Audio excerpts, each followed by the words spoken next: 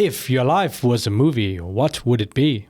Well, I think I would be an angry hockey player that was no good. And then my grandmother forgot to pay taxes, so she loses her house. So I have to find a way to make money. And then a golf pro says, hey, you're pretty good at hitting a golf ball. You should take up golf. And then I try to take up golf to make some money. And, Adam Sandler shenanigans happen. That's the summary of the movie that we'll be talking about today. Happy Gilmore. The movie came out in 1996 starring Adam Sandler and written by Dennis Dungan. I'm Darren. And I'm Tim. And this is MovieBeings. Beings? Beings. All right. First thing first, Tim. What do you think about the movie? Oh, I think it's fine. You can be honest. I definitely enjoyed it much more when I was younger. It's still got some good laughs in it, but it's some of the stuff I was like, oh my God. We can go through the whole movie soon, but I can say that this is one of Adam Sandler movies that I still enjoy to this day. Probably not as much as before. I still remember the first time I saw it, my first impression was just like, this is hilarious. Like all these silly things that he's doing in this movie. But after watching it again, just for this podcast, I realized, yeah, I'm not enjoying it as much. Doesn't really hit as hard, does it? Yeah, no.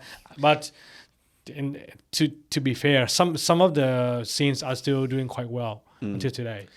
Let's jump right in. Because I was going to say, like the first skit, he's like, at the start, he's like talking about his family and what he wants, and he wants to be a hockey player like his dad, right? Yeah.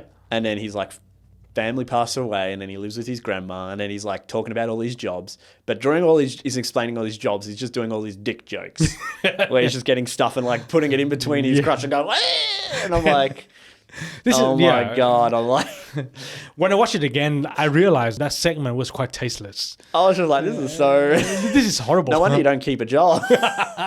And then he's like, my last job, I was on construction, which worked all right. Then I decided, we're just going to shoot the nail gun halfway across, and then he hits his boss, who's like the size of a mountain. I think that kind of, I think for the first time that you saw that kind of scene, it sets up the tone for all the Adam Sandler's movie. But that sequence at the beginning when he was talking about his family, it was like, I think we have to give him credit for the fact that he turned something really dark into humor, because he was like, my dad was really into hockey, but my mom wasn't. So she left him and she went to Egypt. It's just because. And during a hockey game, his dad got hit by the puck and passed away. So, in retrospect, those details are really sad and dark, but he managed to make a humor out of it, even though he might not have done a pretty good job, but we still have to give him credit for trying. Like a little bit of backstory never hurts, right? Yeah. But like from there, then you kind of get into, where does it go straight into his like tryouts? Yeah. Where he's like, I'm going to try out for the hockey team. And he's literally like, what's he say? He's terrible at skating. So I'm like, okay. But why do you want to become a hockey player then? You're terrible. And then he's like, he can't really like dribble the puck either. And then he's got huge anger issues. Yes. So he literally lashes out all the time. Yeah. But then the coaches are like, but damn, he's got a shot. And he's got a really powerful shot. And it's like, doesn't really help when you're terrible at everything else. But I mean, you have to give him some credits for the conviction that he puts in. Okay. So here are some of the details that I kind of think that the movie could have done a bit better. So he realized from a young age that he was bad at skating. Yeah. And he didn't do anything to improve it until the teenage years. Or even then, he was like, he's an adult and he's trying out still. He's tried out for a long time and he still hasn't. Like, maybe I should just try ice skating for a while before doing any of the other stuff. Exactly, right. So it's like, if becoming a hockey player is your like destination, is your goal, and you know your weakness as well, like you knew it from a young age, like you could have done something about it, right? Okay. But then there goes the whole movie, because then he might become a hockey player. That's like the thing. He's got to be kind of good, but kind of terrible, because then how's he going to take up golf? I still find that scene where he didn't get picked. Yeah. And then Coach, you didn't call my name. And he's like, I didn't call your number, didn't I? Are you sure? Didn't I call your name? I don't know. well, better not next year. And then he's like, got to beat the shit out of everybody. And then he came back home. His girlfriend dumped him. Yeah, she literally is like walking out of the apartment. Yeah. He's like, hey, babe, where are you going? Okay, first question. That apartment looks like a pretty decent size. Where is he working to get all the money to pay for the apartment? This is the 90s, Darren. So, you know. Everything was cheap? Everything's a bit more cheaper than it is now. But yeah, so that whole sequence when he was talking to his girlfriend through the intercom was a bit weird. Well, it displays his character as well, because it's just like, he gets angry, and then he's like, oh, no, I didn't mean it. Oh, no, I get angry again. No, I didn't mean it. Then I get angry, and it's just like, okay, we get the shtick already. And another thing, this is the first time we introduced to the second main character, Subway. Ah, okay. I didn't realize that. Don't you remember how many times he brings up Subway in his movies, and then he literally does an ad for Subway? Yeah. Not subtle at all. No. He's like, hey. Come on, babe, I got your Subway. That was a good segue. I'm like, oh, no wonder she doesn't want to stick around. I was too shocked that, when he was singing to the girlfriend who was already kiss you all over. And then There's a some lady, lady came up. The Asian lady loves it. And he's like, didn't turn her down, which I like. Because I like when he gets up in the morning to leave. And the old lady's like, what about breakfast? It was great. That was a bit dark. Like, why is that dark? Let's be fair. Hey, like you got a lady up, and at first, the look on his face was like, sorry, I didn't mean to talk to you. And then the next morning, I was like, okay. I mean, it's a good stick. It's a good stick. Yeah, he's just like, he isn't too bad about it. He's like, all right, fair enough. And then the next day, he went to his grandma's house. Yeah, so he goes to visit his grandma. At this point, we don't know what's going on with her. And then as soon as he arrives, all the stuff is getting moved out of his house. He's like, hey, why are you taking my grandma's stuff? And he like jumps on. He's like, hey, it's just our job. Talk to the bank's like foreclosing on the house or something. Yeah. And he goes inside and the bank guy's there and he's like, your grandma hasn't paid taxes in 10 years. And I'm like, what? Look at her. Yeah. She's I really love that's the way he tries to save the house. He's just like, but she's old. I was like, well, okay. She's really, really old. Just look at her. Yeah. Mate, And your grandma's literally right there. And she's just like... what does his grandma do? Like, how come she didn't pay Well, tax? she probably didn't have any money. But it doesn't really set grounds for it either. It just kind of introduces, like, she hasn't paid any money for it. She's losing the house. It's just like the setup for the next bit. Yeah, just like the motivation for him. Because, then the next scene, the two movers are playing golf. And then they're like, oh, come on, stop that. Get back to work. And he's like, oh, if you can hit a ball further than we can, we'll get back in there. And then he does his patented run up smack, and then he like flies down to the end of the street. Yeah. And they're like, whoa, that was like 400 yards. There's no way you can do that again. I'll give you like $20 if you do it again. So he does it again, then he hits the guy out of the front of the house. And then they're like, double or nothing. So he does it again. Then the lady upstairs, he hits and she falls out of the house. So that was another dark moment as well, because that lady could have injured herself. Well, he probably killed her. I just thought, oh, god damn, he's just injured two people. And he's like, oh, give me my money. Hey, you made the bet, pay the man. Yeah, pay the man. But didn't he take his grandma to nursing home? Yeah, that was. I don't know if that was that first. I think that was prior to that, and that was a funny sequence as well. Because I like Ben Stiller in this. That used to be my favorite thing about this movie. He's like, oh, can you take care of my grandmother? You don't have to give me any money. I'll take care of your grandmother for you. And she is like, as soon as he leaves, she's like, oh, can you get me a glass of warm milk? And she's like, I can get you a glass warm of shut the hell up. And I'm like, I always love that line. And Ben Stiller has a big mustache. Yeah, I know, a big fake obvious mustache.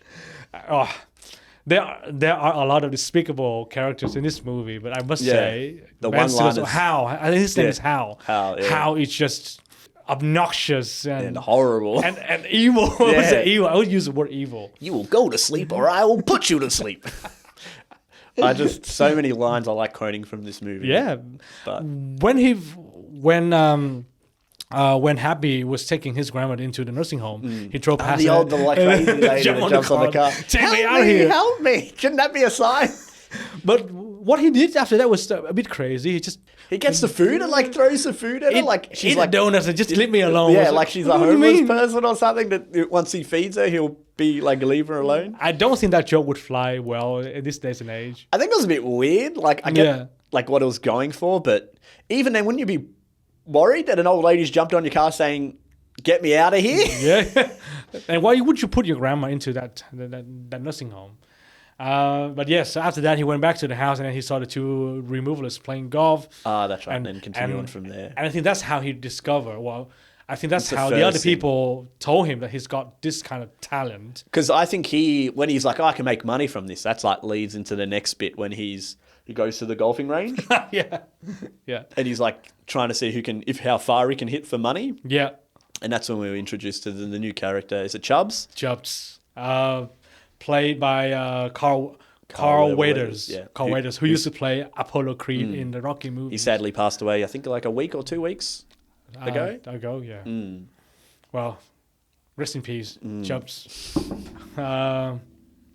But that was, I really like the way that they introduced the character of Chubbs.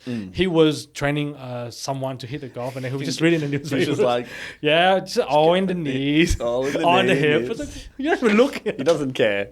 And during that time, like Happy was trying to attract more people. He's like, "Oh, come and challenge this this golf hitter far guy." Like, Yeah, he has no idea. He doesn't care about golf enough to really put that much thought into it. But then Chubbs realized that he has a bit of a talent. And then when they talk to each other, he's like, so there's a baseball like hitter thing out the front, and he like not kicks the kid out. He's like, let me have a go. And he like stands there taking the bloody baseballs to the chest. He's like, oh, that feels good. Oh. And then Chubbs is like, what the hell are you doing? I need to toughen up. What the hell are you doing? I just like it. Like I like it when the kid in the background is like, awesome. Oh, yeah. And then in the background, when they're talking later, you see the kid get hit by one and he falls over. And I'm like, oh my God. But that wasn't the first conversation that Chubbs had with Happy. I think they had a quick conversation at the driving range. I think Chubbs came over and said, "Oh, you got a talent, kid. You need to join the pro tour." And then just leave me alone, old man. Like, and so for the second conversation after that baseball scene, you could clearly tell that Chubbs had a fake arm. Yeah, and, Like that fake arm is like even long before those as- scenes before, I think it was and he's like hiding it. It's like Yeah. his hands always Yeah. behind there, waiting for the scene. Yeah, but that was not a good prop. No, Like the arm was I think just that like was meant to be. I think it was like part of the gag Yeah.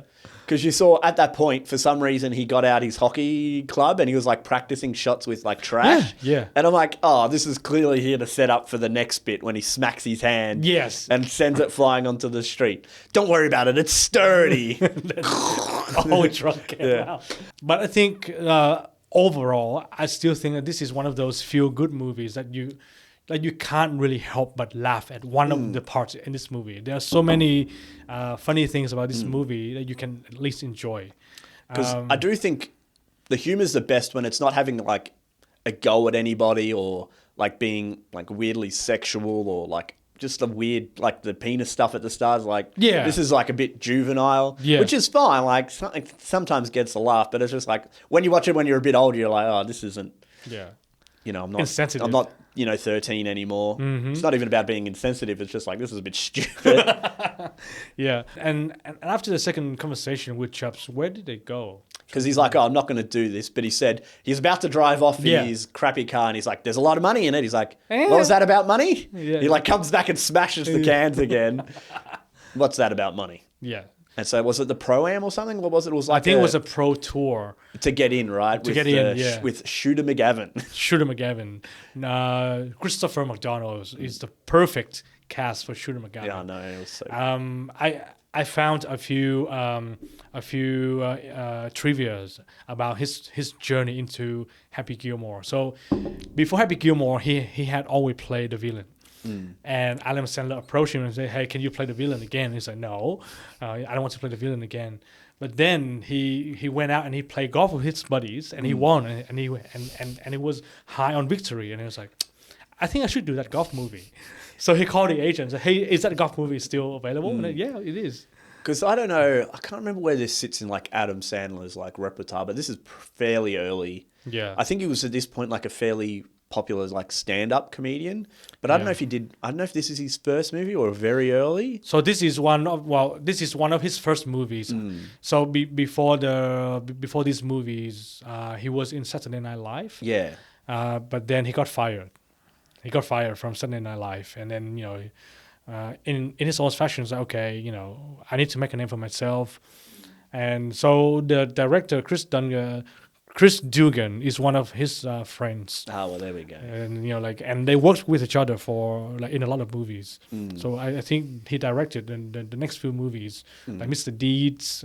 What was the other one? Mr. the, Deeds. the Water Boy. Yeah, the Water Boy. Maybe Water Boy was the first one. I think that might be the first one. Yeah. What's the other one I'm thinking about? Billy Madison. That's the one where Billy Madison. He's in a rich family and he's too stupid, so he's got to go back to school or something. Yes. Oh my god. Did you enjoy that movie? Like I said, when I was younger, I remember watching it, not like so recently, but, and I'm like, oh my God, I think that aged the worst out of some of his movies. But I think Happy Gilmore was like the big break for him. Yeah, I think, and like you said before, it's definitely probably one of those early ones that probably have lasted the best. Yeah. And I think probably because the movie came out from a good place, because the story was inspired by one of his high school friends who does have the power to drive the golf ball really, really, really far. And in one of the interviews, Adam was telling the story like he and his dad would go play golf with his friend, and his friend would always hit the ball further than him. So he had to remind his dad that, hey, I'm the son, okay, not him, because his dad was really into golf, and he said, oh, this kid is a pro, and then I was like, no, I'm your son. You're supposed to give me the compliments. Yeah, would be helping me out.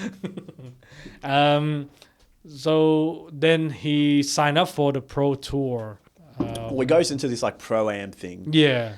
And then he wins it somehow. Through the whole thing, he's like absolutely terrible. But like Chuck was there to help him, wasn't he? Yeah, like a little bit, because there's some great scenes because he doesn't know how to putt very well. So I think the first one, he's like, it's all in the hips. It's all in the hips. And he gets behind him and he's like swaying and he's like, get off me.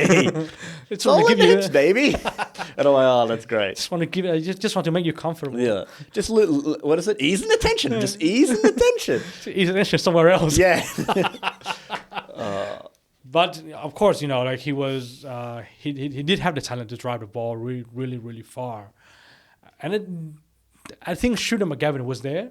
I think when he first arrived, there was a limousine. I said, "Who's that? Is that Burt Reynolds?" And then Shooter McGavin came out, man, talking about being a prick. And he was doing some press conference as well. Because we're introduced to, is it the producer who's the lady that? Yeah, like the love interest in the Virginia. End. Yeah, Julie she's Bowen. like, what does he can't. He's like she's speaking to him, and he's like, oh, can you get me a Coke? Oh, make that a diet. Like he's really smug about. Yeah. And it's just like, oh god.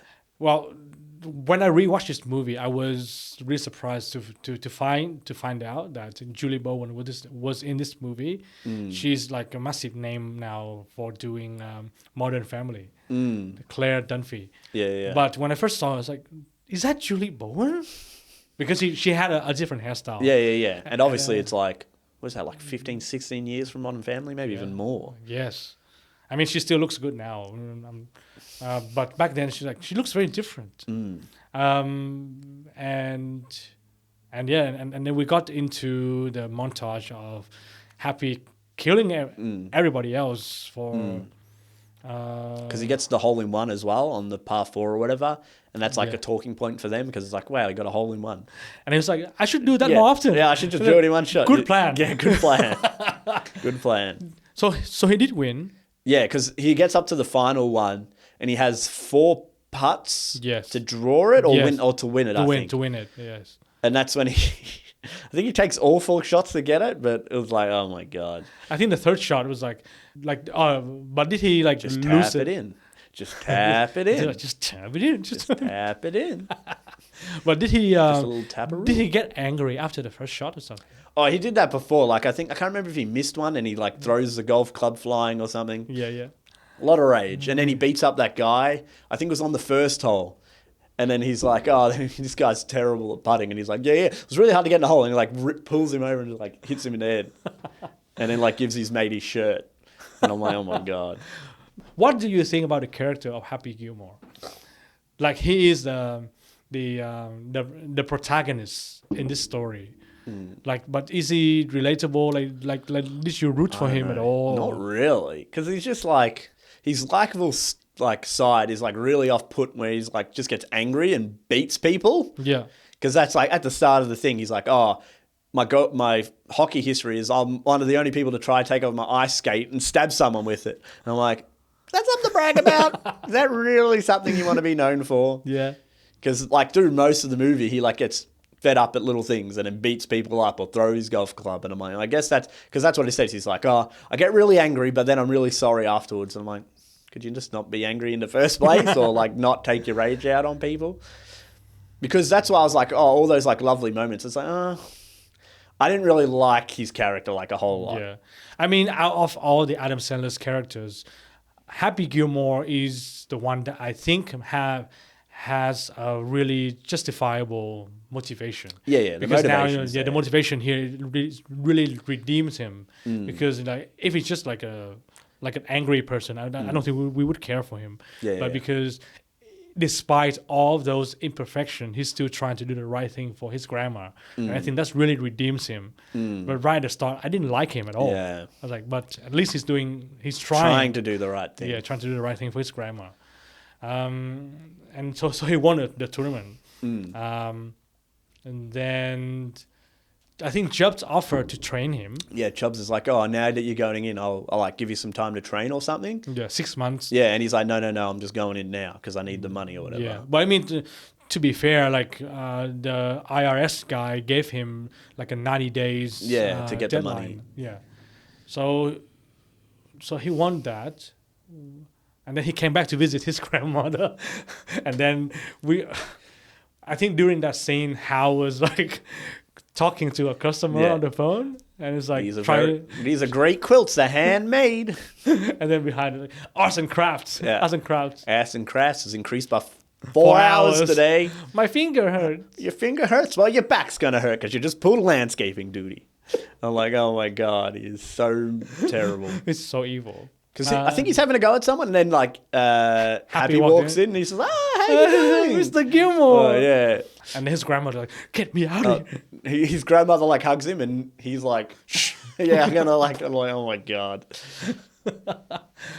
I'm surprised that out of the people that Happy beat up during this movie, this Hal guy deserves it the most, and he didn't land up. He never picked up on it. Yes.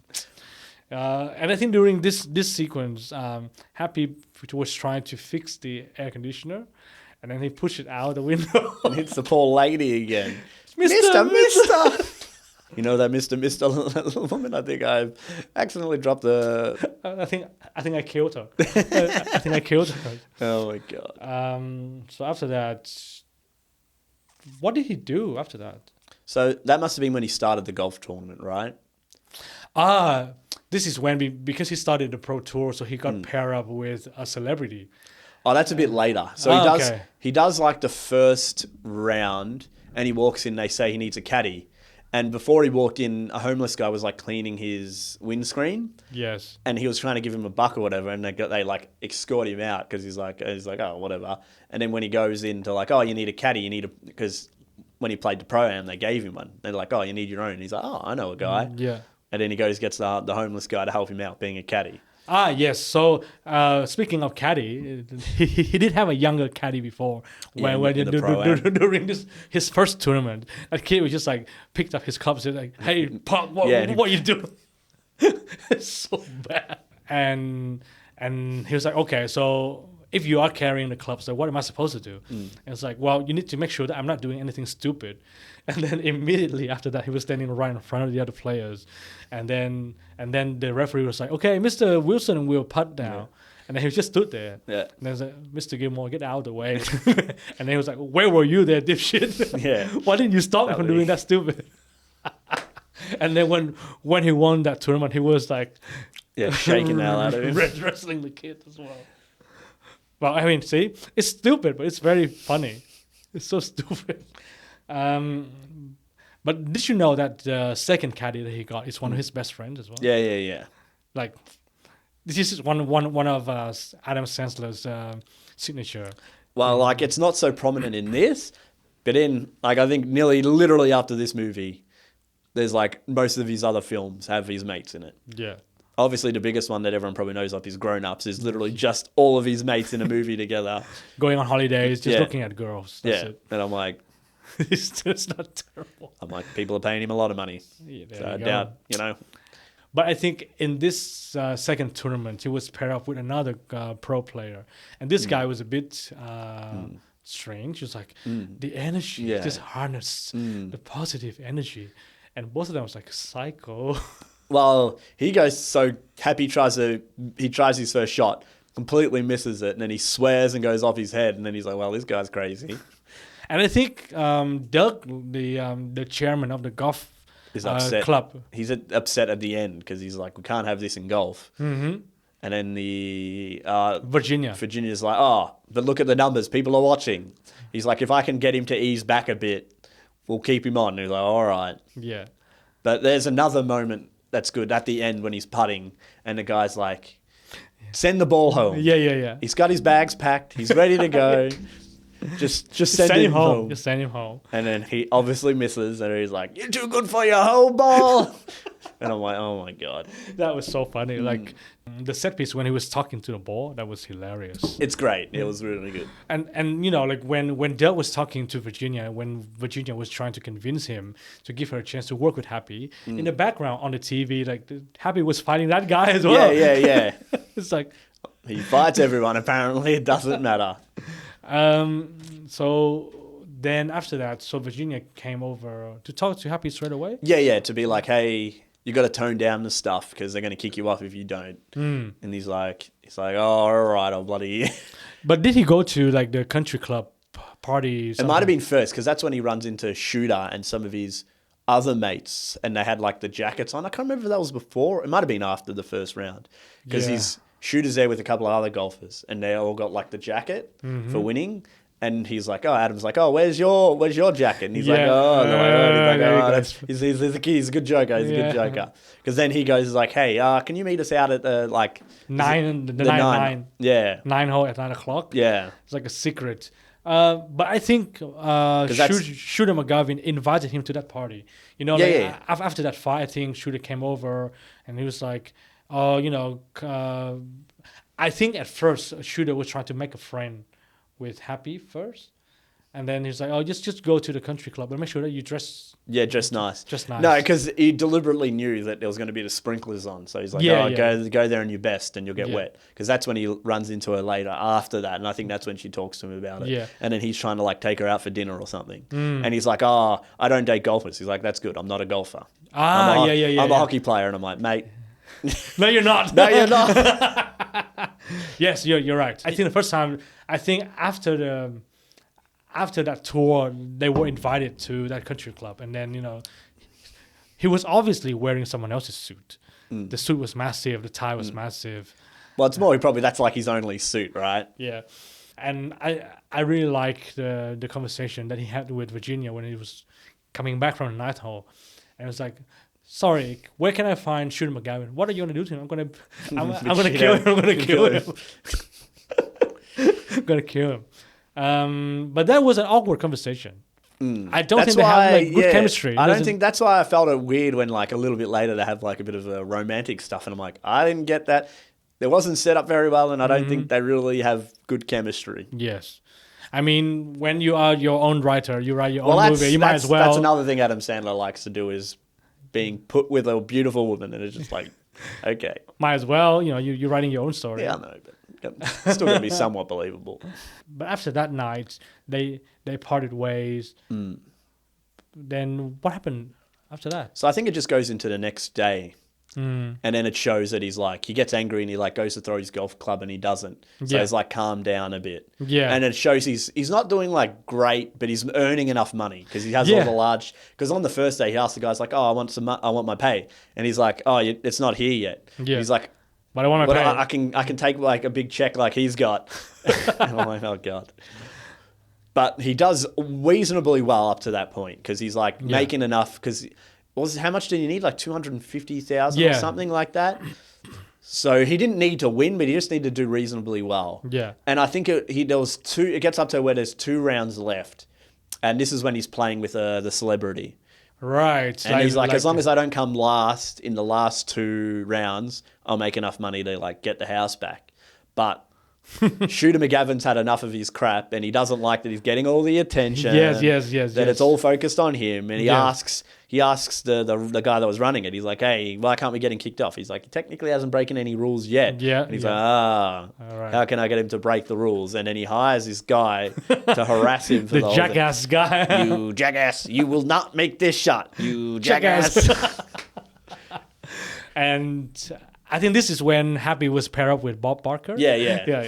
Like, oh, this is the finals. You get paired up with a celebrity, and Bob Barker was like, "Yes, I really want to win again."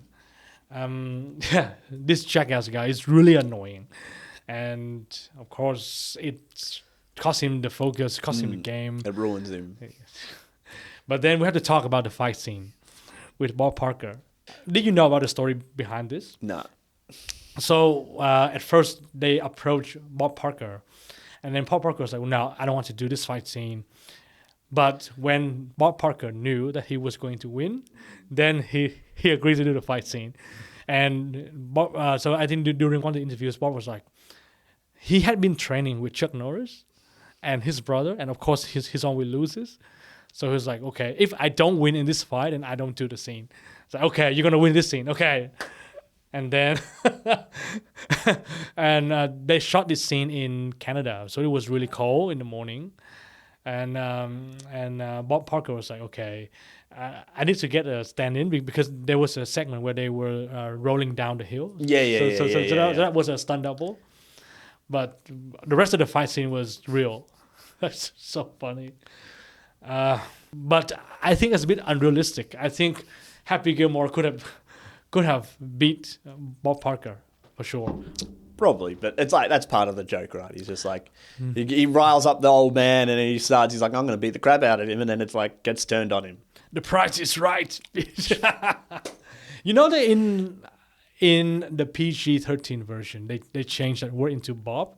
The price is wrong, Bob. And so what happens after that? Like, did he? Oh, so it goes wrong because they come last. Yeah. So he's like, oh shit, I need money, and he talks to Angie, and she's like, I still need money to get the house, and what can we do? And this is like Subway comes into it because he's eating Subway, and he's like this great big long, and she's like, I got an idea, and then it like cuts to him literally doing a Subway ad, and I was like, oh my god, Happy, can I have one as well? Coming right up. But before this, so at this, so I think before this, he came to visit his grandmother, and he was like, "Hey, grandma, I'm making good money now. I think enough time that we can buy the house back." And then I think because he lost the tournament, he lost like he came last, so he lost like $50,000.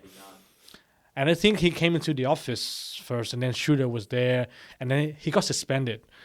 That's right, and he wouldn't be able to come back and make the money. No, I need to play. I need the money. And then for some reason, he just spilled out his family story there because if I don't get the money, my grandma will lose the house. Right. And Shooter was like, and then that's when Shooter gets the idea. So once they make the money, Adam Sandler, Angie, and his grandmother go buy the house back. Yeah. And he goes there, and the bank's like, oh, it's up for auction. He's like, what? I've got the money. I can get it. Yeah, and he's like, no. He's like, you can if you bid on an auction. The guy like walks off. He's like, oh, maybe we can get it for cheaper. He's like, good luck. Good luck. Because what did it start out like 150, and it gets to his number. It gets to like 250 like instantly. I think he had 270 or something. I think he brought 275,000 to the auction, and of course, besides him, like he could have bought the house back. Could have bought the house back, but of course we know that Shooter was there, and it's just like 300,000, and then they lost. I think it goes a little bit higher because I know it goes over his, and then it goes a bit more. I think it was like 350, maybe even more. But that's when Shooter like buys it. Yeah. And then when he's like, "Who bought it?" and then it's like, "Oh, of course it's bloody Shooter McGavin." It's like, Shooter, what the hell, man? What the hell are you doing? Oh, real estate investment is just one of my hobbies. And he's like, come on, you jackass. Jackass. And that scene's got another great line. So they have a bit of back and forth, and they come up to the agreement. It's like, hey, in the next round, if I win, you give me back the house. But if I lose, I'll drop out, and you'll never see me. You'll never see me again. And he's like, all right. And he's like, that's great. I eat little pieces of shit like you for breakfast. And he's like, you eat little pieces of shit for breakfast? And I'm like, oh my God. That always used to be one of my favorite lines as well. Apparently, one of Adam Sandler's old colleagues from SNL came up with that joke. And so Christopher McDonald's and Adam Sandler were sitting and they were talking about like what the characters would talk about, and then they came up with that joke, and then Adam Sandler was like, oh, this joke came from one of my colleagues, so they use it. But realistically speaking, though, in that situation, if you were shooting McGavin, would you have taken that bet? Because he had already bought a house, like legally, like he had no obligation to. Because I think it was more of like the arrogance as I was like, oh, I can beat you and make you drop out. Yeah. It's just like more embarrassment. Because what did he say? He's like, oh, if you leave now, I'll give you the house. Because that's what he says. He's like, oh, if you drop out of the tournament, I'll give you the house. And Virginia was like, no, you can beat him. Yeah, you can beat him if you can beat him if you want. And then he's like, all right. And then that's when he comes up with the deal. Yeah. What was the bet again? So if I beat you in golf, you give me back the house, and then if I lose, I drop out. It was like, oh, you think you're gonna beat me in golf? You're on. And I think after that he had to go train. Yeah, that's when he calls up Chubbs again, and he's like, hey, I need some help. And it's like, oh, well, too late now. And it's like, you were right. I was wrong. You were smart. I was stupid. You were really handsome. I was just okay looking. And up to that point, I was like, okay. Now that you know that. Now that you know that. Oh, Chubb is so funny. See, so Carl Weathers, he used to be in a dramatic role. Yeah. And now he tried comedy. So maybe we can do that in the future. Oh, okay. And so they went on training. Yeah. Oh, mini golf. Mini golf. That sequence for me was a bit awkward. I think when he first got to the first hole, okay, it's fine. She was like, you need to relax a little bit. You need to putt it in. Because that gets into the whole thing of him being in his like happy place. That's like what it creates. Because there's like quite a lot of him getting angry, him missing, and like doing all of his normal shenanigans. Yeah. And then I think he gets up to his last one. He's like, oh, try to get into your happy place. Yeah. And then he imagines his happy place, and then he putts well. And he's like, I need to just focus and stuff. Which I find crazy because it's like, how long has he tried at hockey and been terrible? Yeah. And then he's like, oh, maybe I'll actually practice at golf. And like he gets good. Yeah. Yes, it's one of the movie magics. But before he got to the last hole, he was playing the clown one. I think that sequence was a bit unnecessary. Yeah, probably. Yeah, I think they just added that scene in because just to give Adam Sandler another chance to act crazy again. Yeah. He was like hitting the clown's nose. Like without that sequence, it would have been fine. Yeah. Well, we already know what he's like. Yeah. We don't need to But then that leads into what happens to Chubbs. So they go through the whole thing and it's like, Chubbs is like, I got you a gift. I got you like the hockey putt that's the putt. And he's like, so the story was about how he lost his hand was taken by a crocodile. And then Adam Sandler is all happy. He's like, hey, you know how you got its eye? Well, I got his head. And he's got like the president opens it up and sees the crocodile head. And he's like, ah! And he like falls out the window and dies. And I'm like, oh my God, you just killed me. But nobody has thought about that giant window behind your back open straight down to the ground. Well, more that like, what did you think was going to happen when you showed this guy the alligator or crocodile head? And then he literally killed him. Yeah, I don't know how he didn't get arrested. Poor Chubbs. Okay, this might be an unpopular opinion, but during a funeral with someone that you actually respect, you shouldn't play a joke. I think during that scene, like he could have just walked past, but he played the handshake with the fake hand. Yeah, I remember that as well. That was weird. That wasn't necessary at all. Because they never. Like, it's not established either. It's not like they do a handshake like that or anything. Yeah. I think it's just meant to be, oh, look, they're doing a cool handshake, I guess. And it's just like, I don't know if it really... Yeah. He could have done something just a bit different. He could be like, just shake the hand and then just put it back. Or just touch a hand or something. Because they had like awkward interactions already, like with shaking hands. And it's like, oh, let's just maybe give him like the final handshake or something. But I'm like... During a funeral? Yeah. Or it doesn't really, I don't think it lands that well. I remember, I'm like, this seems a bit stupid. Yeah. And then Shooter was there and I'm going to dedicate my performance today to Chubbs. No. You can't do that. I'm going to do that. Then what happens next? So that leads into like the final round, essentially. So they're paired together in the final hole or the final course. Yes. So they're playing together, and they go into the first hole, and then Shooters clearly sees that Happy's gotten better. Yeah. And then he's like, oh no, this is probably going to be a challenge. He was like, oh, Happy learns how to something fun. And then I think they get about halfway, and then Shooter calls up his old mate that called him the jackass. Yeah. But before we get into that scene, there was one thing that I always saw in the movie, and I'm like, well, how did they miss this? So before they start the golfing event, they do like an overhead shot, and you know how the buggy gets caught into the like tower later? That's already there at the start. Oh. So when you watch that scene, the buggy's already caught in there, and I'm like, oh, that hasn't happened yet. Oh, wow. So later on, when the jackass guy comes and hits him and then runs into the tower, that's already there in a shot before. Oh, and I remember always watching and seeing that. Then I'm like, how did they not pick that? That is a big Easter egg. We definitely need to address that soon. But I just always thought it was funny because I remember when I was watching it, I'm like, that didn't happen yet, right? Yeah. And then I remember, I'm like, oh, I always noticed that because it was so weird to me. That's next level foreshadowing. Like you already... Yeah, I know. Yeah, you already know. Well, why is there a buggy? That's what I was thinking as well. I'm like, no one would have parked a buggy there. That's what I was thinking. I'm pretty sure it wouldn't be there. I'm really curious about the conversation the Shooter had with the jackass guy. What did he say? Hey, he was like, okay. He just wants to put him off. I don't know if he deliberately tells him to run him over. Because he's the whole gimmick's like, oh, you want to go out for lunch? He's like, no. Let's go have some lobster. Let's be friends. Yeah, let's go get some lobster. I'm gonna go. I'm gonna go. But then, if Shooter had told him, like, hey, I need you to hit Happy with the car, then it's actually attempted murder. Because how did he even get it on there? Yeah. He's just like, the buggy's just like driving on the course. I'm like, what? Yeah. And you can even see like on Shooter's face, he's like, oh, like he didn't realize this is what he was going to do. Yeah. And I'm like, face palm as well. I don't know this guy. Yeah. And I love how Shooter's like, oh, we can, can just call it off now. And I was like, I think it's like almost there, but it's like Shooter's probably going to be like, oh, you lost. And I'm like, mate, someone just ran him over on a car on a golf course. Like, I think that's fair enough to like do it another day or something, but. Did the jackass guy get caught on fire? I think he did. I remember him patting his arm. He got caught on fire. Because he jumps out of the buggy and he's like, see you later, jackass. And he like runs off, doesn't he? So, okay.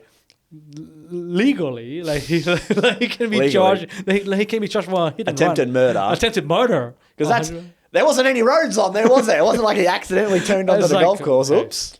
You don't really care about logic when you watch these kinds of movies. Yeah, I know, but it's just like, it's obviously that it was just stupid, but I was just like, and it's like a setup for like the last shot in the movie as well. Yes. So that all his putting practice didn't mean nothing. But I mean, like, he's better at putting already. Yeah. It wasn't like another thing he needed to do, but because it was obviously when we get to the final hole, Shooter like hits it on the ex-boss of Happy, the giant, and like on his foot, and he asked the runner, he's like, oh, can I get this dropped? He's like, no, you got to play it as it lies. And then that leads into the other scene. Yes. So where the buggy hits the tower collapses in front of Happy where he's about to take his shot. Yeah.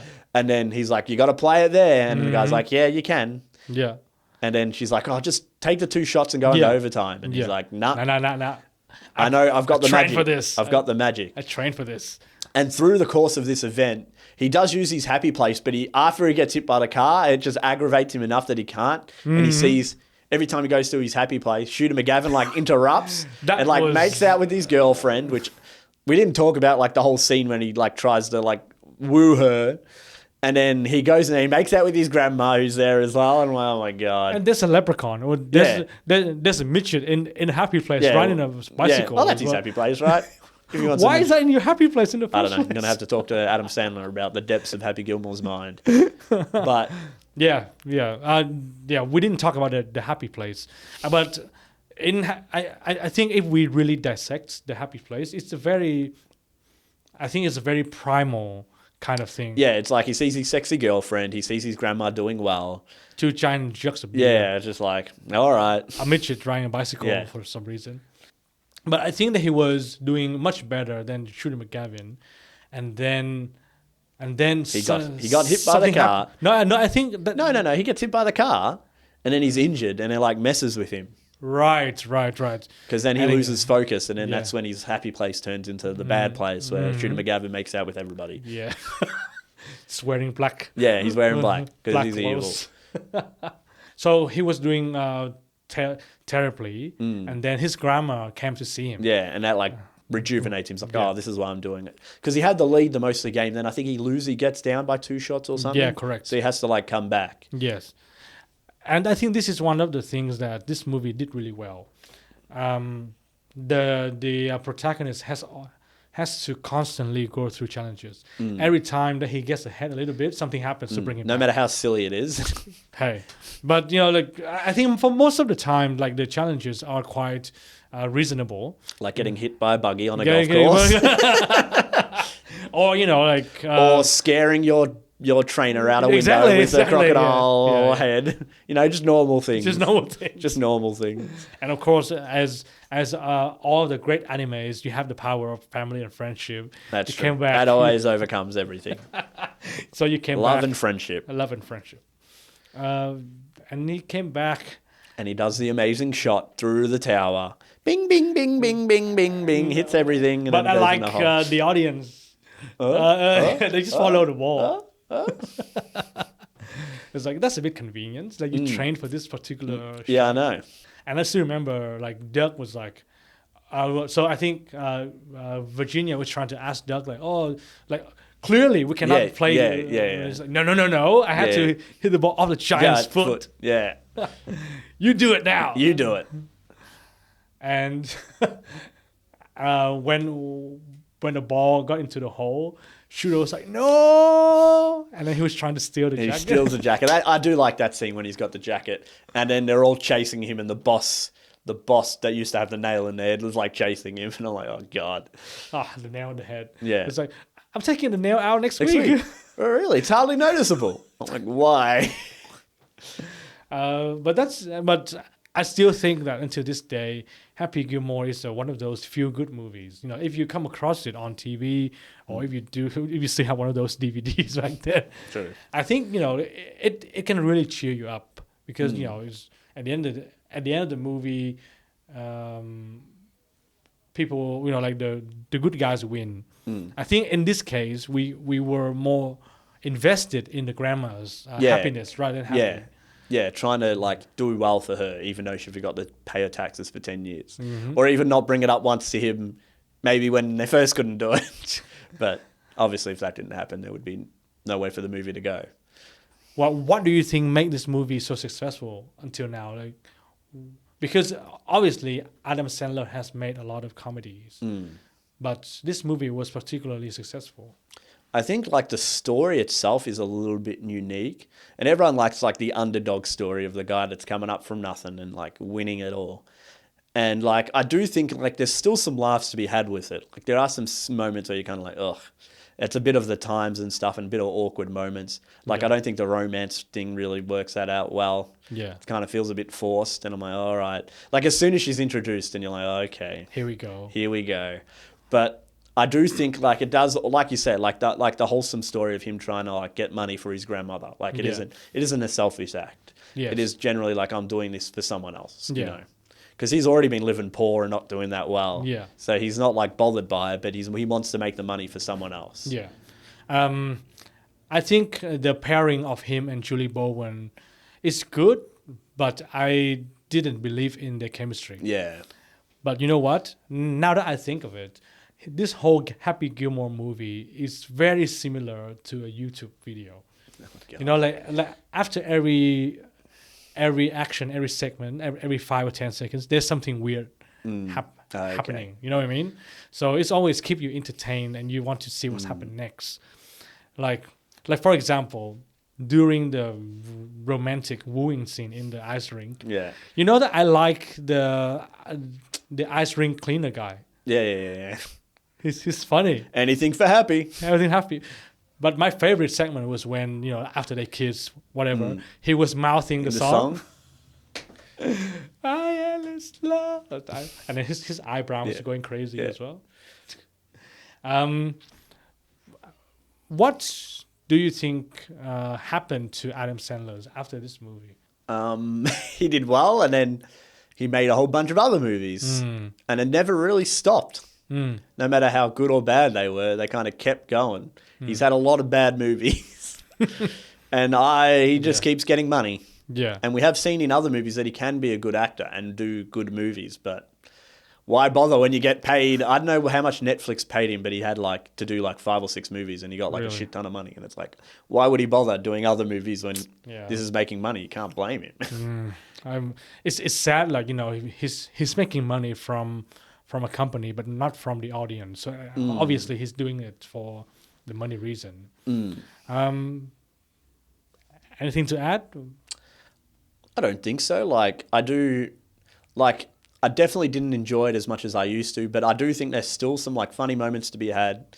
Like, usually we try to figure out like, you know, the overall message of this, but it's not really, you know, it's just him trying to do something good for his grandmother, which is, you know, that's fine. That's pretty much it. That's fine. Yeah, there's no underlining message. Yeah. There's no philosophies to discuss. I don't think there's like too much to look into. Yeah. But it's fine. Yeah. You know? It's a feel-good movie, you know, like if you're not having a good day, just turn it on and it will cheer you up, for sure. Yeah. I mean, if you don't like golf, you can still enjoy this movie. Yeah. Even when you don't like hockey, you can still enjoy this movie. Oh, there's not much hockey. Nah. But maybe next time we can talk about another movie of his where he doesn't play a goofy character. Which is very hard. All right. If you enjoyed this episode, please give us a 5-star review. Give us some comments on what you think about the movie or what movie you want us to talk about next. Until next time, I'm Darren. And I'm Tim. And this has been Movie Beings.